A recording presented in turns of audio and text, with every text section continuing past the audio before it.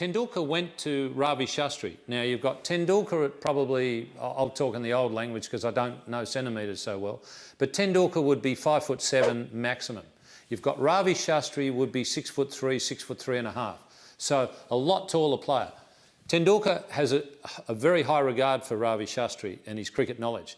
But also, he would remember that Ravi Shastri made 200 in Shane Warne's first Test match, you see. So here's a man who's got a fair bit of experience about playing Shane Warne. So he goes to Ravi and he says, right, when Warne comes and bowls into the rough, into the footmarks, how do I handle it? And Ravi gives him some very good advice. Ravi says, well, I handled it defensively, but I've got a much longer reach than you and I could get out there and smother the spin. He said, you haven't got that option because you're so much shorter. He said, you're going to have to find an aggressive option to counter Shane Warne when he comes around the wicket into the footmarks. That's all he said to him. Very good advice, though. So off goes Tendulkar. He goes to the MRF, to the Pace Foundation where Dennis Lillee coaches, and they've got all sorts of different pitches there. So he goes, he takes, what's his name? Shivaramakrishnan, Laxman Shivaramakrishnan, the leg spinner who played for India in the World Championship series out here when India won. Very good leg spinner.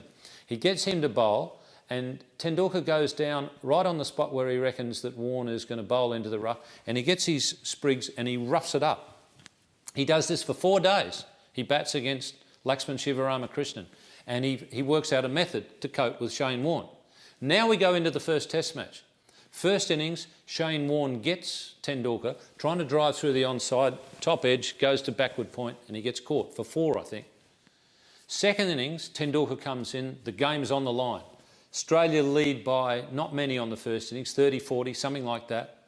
And they've got away to a good start, so now India are 2 down and they're in the lead by probably something just over 100. But the game is right on the line. And we've had 3.5 days of play where it has been like this the whole way, just like a well-balanced seesaw, just going like that. And you don't get Test matches that do that for 3.5 days too often.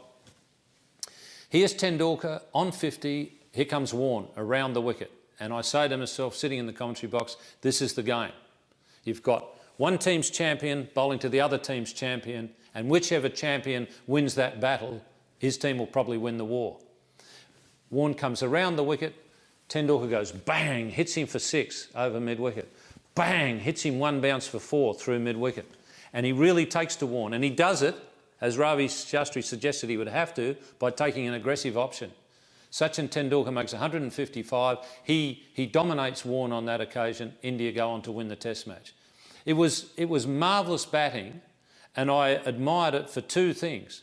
The preparation that went into, the preparation and planning that went into that innings, and then the courage to actually do it when the game is on the line. I mean, you might be doing that to Laxman Shivaramakrishnan in the nets, but the game isn't on the line then. To have the guts to do it in the game when you know that if you do that and the ball goes straight up in the air, 1 billion people in India are all going to say, you dummy, that takes a lot of courage. And to pull it off needs a lot of skill. That was a fantastic innings.